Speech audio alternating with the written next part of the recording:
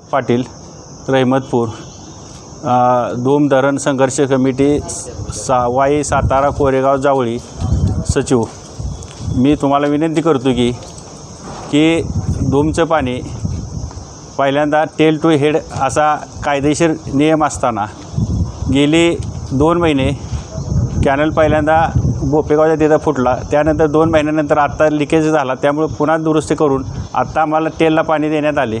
टेलला पाणी पोचले ना पोचले तर राजकीय ह्याच्यापुढे लिंबाळकर यांनी लिंबाळकर यांनी वासना योजना चालू केली। त्यानंतर आत्ता पाणी टेलला कसं तरी गेज लागले तर महेश शिंदे यांनी DY-7 व 61 नंबर व तिच्या काय कॅनलचे दारे असे संपूर्ण लिकेज करून टेलचं पाणी पूर्ण बंद करण्यात आलेलं आहे। त्यामुळे असं वाटतं की कृष्णा खोऱ्याचे उपाधी झाल्यामुळे त्यांना काय वाटते, माझे कार्यकर्त्यापुरतंच पाणी मर्यादित असेल, किलोमीटर 72च्या खाली त्यांचं म्हणणं कराड उत्तरला पाणी द्यायचं नाही असं अधिकाऱ्यांना बऱ्याच वेळा त्यांनी सुनावलेलं आहे। त्यामुळे खालील शेतकऱ्यांना त्यांच्या हक्काचं पाणी मिळवण्यासाठी साधारणतः 89 ते 113 किलोमीटर 14 सोसायटी असून त्यांना प्रत्येकी 3400 TCM पाणी उपलब्ध असताना साधारणतः 1 TMC पाणी यांना मिळत असताना यंदा त्यांना 0.20 ते 25 पाणी मिळालेलं आहे। त्यामुळे शेतकऱ्यांचं अतोनात नुकसान झालेलं आहे।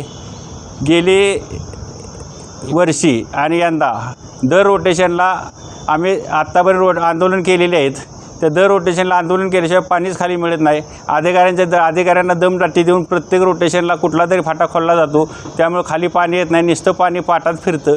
त्यामुळे ह्या सोसायट्यांच्या नावावर कितीतरी क्युसेस पाणी जादा पडते, त्यामुळे सोसायट्यांचा तोटा होतो। शेतकऱ्यांना पाणीपट्टी भरायसाठी पाणी शेतकरी देत नाहीत पाणी मिळालं नसल्यामुळे।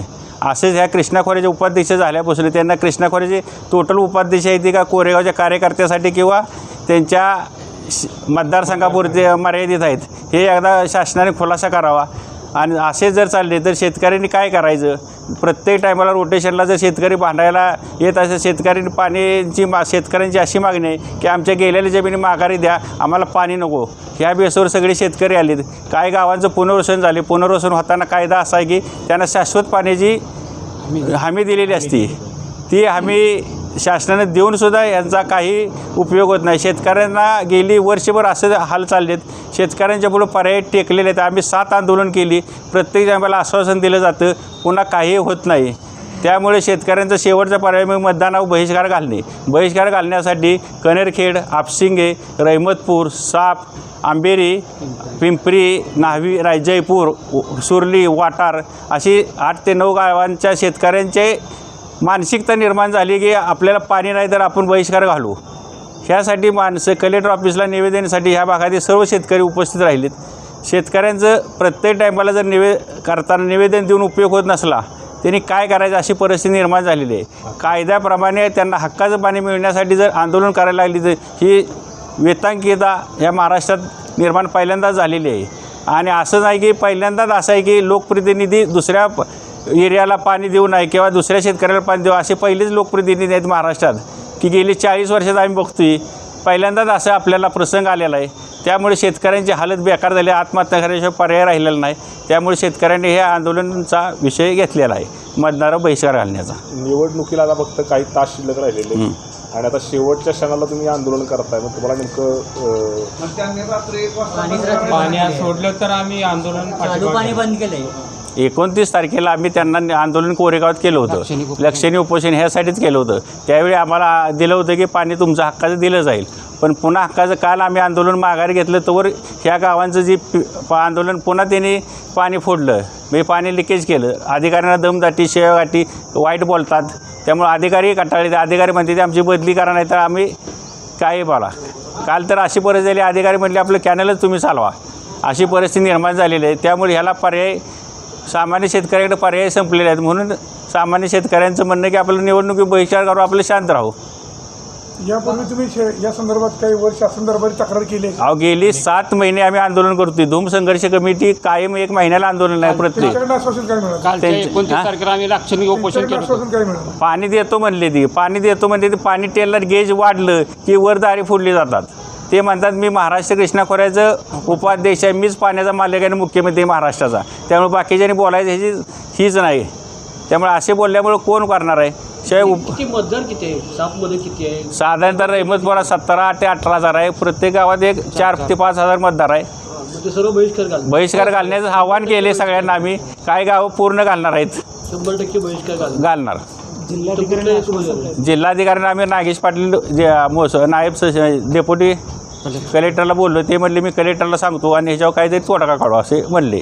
बहिष्कार घालून काय प्रयत्न 2 मतदारांसाठी कलेक्टर चर्चा करतोय. तुम्ही म्हणताय 18,000 मतदारांसाठी लक्ष दिलं. या विरोधाचा भाग वाटत नाही का? वाटत राजकारण वाटतं याच्यामध्ये. हे राजकारणच आहे ना पूर्ण. नाही नाही ना असं नाही. कसं आहे काय प्रवाही पाणी तेल टू हेड असतं. शेवटच्या किलोमीटरला जातं, तिथनं जसं भिजवान होईल तसं वर येत जातं.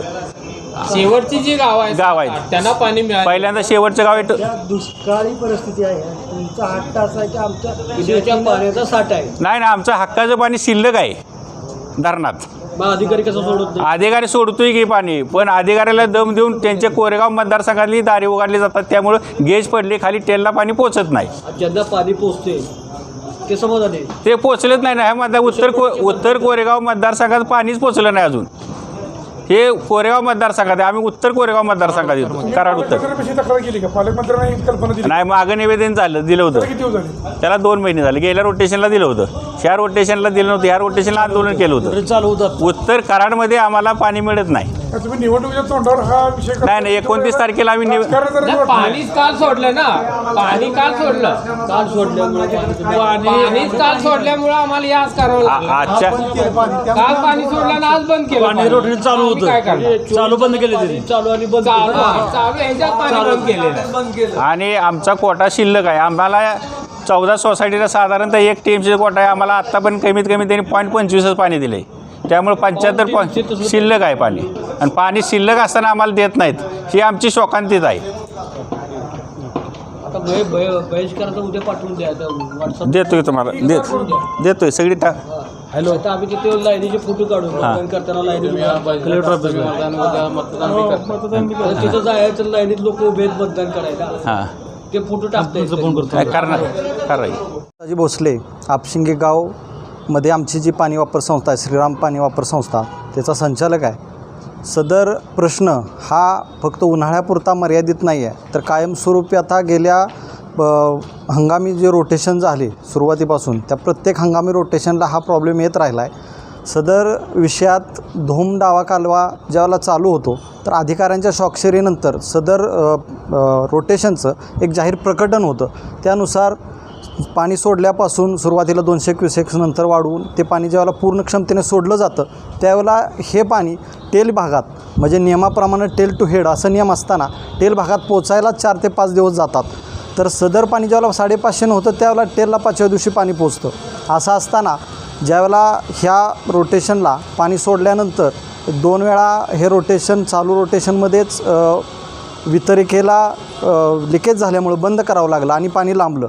सदर पाणी पुन्हा सोडलं, त्याचं प्रकटनसुद्धा केलं आणि जाहीर पेपर प्रकटन असताना हे पाणी ज्यावेळेला टेलला पोचलं आणि टेलपासून ज्यावेळेला प्रत्येक गावचं पाणी जसं जसं रुकल, जशी तिथल्या पाणी वापर संस्थेची मागणी असेल त्याप्रमाणे तिथं पाणी सोडलं जातं. परंतु हे पाणी तिथं पोचल्या तिथलं पाण्याची जी मागणी आहे त्याचा पुरवठा होण्यापूर्वीच जर ही पाठीमागं ज्यावेळेला ह्याचं लिकेज होतं किंवा जे नियमाच्या बाहेरचे पोटकालवे आहेत, DY आहेत किंवा जे मायनर आहेत, त्याला जर पाणी सोडलं तर पुढं त्या फोर्सनं पाणी जात नाही आणि पाणी फोर्सला न जाण्यामुळं सदर पाणी पोचलं नाही, तर तिथल्या शेतकऱ्यांना पाणी वितरण करताना तिथल्या पाणी वापर संस्थेला खूप मोठी अडचण निर्माण होते.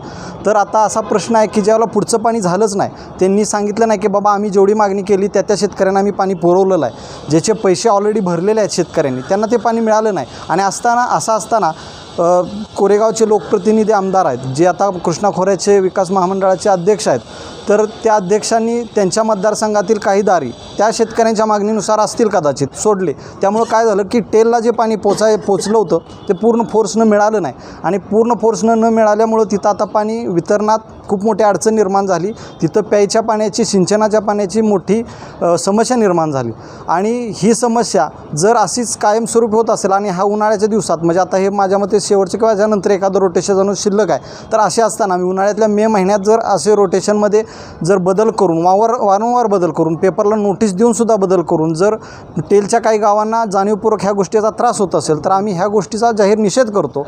निषेध एवढा करतो की जर आम्ही प्रत्येक वेळेला धोमधरण पाणी बचाव संघर्ष समितीच्या वतीनं जर एवढी त्यांना निवेदनं देऊन आंदोलनं करून जर त्यात काय बदल होत नसेल तर शेवट आम्ही जरी अगदी प्रेमाखातर त्यांच्यावर विश्वास ठेवून जरी त्यांना मानणारे असलो तरी आमच्या हक्कांवर ज्यावेळेला गदा येते त्यावेळेला आम्हीसुद्धा ह्याचा प्रतिकार करणं गरजेचं आहे. आणि म्हणून अपशिंगे, कनेरखेड, त्यानंतर अंबानी वेळेवर मिळत नसेल आणि हक्काचं मिळत नसेल, वैयक्तिक आमच्या किती जमिनी गेल्या, किती कवडी मोल जर भावाने गेल्या आणि त्यावेळेला मिळालेली आश्वासनं तिथून ज्यांचं पुनर्वसन झालं, ज्यांच्या तिथं जमिनी गेल्या त्यांची गावं आमच्या इथं पुनर्वसित झाले, त्यांनाही पाणी मिळत नाही. म्हणजे नुसता आमच्याच पाण्याचा प्रश्न नाही तर ज्यांची धरणात जमीन गेली त्यांच्याही पाण्याचा प्रश्न आहे.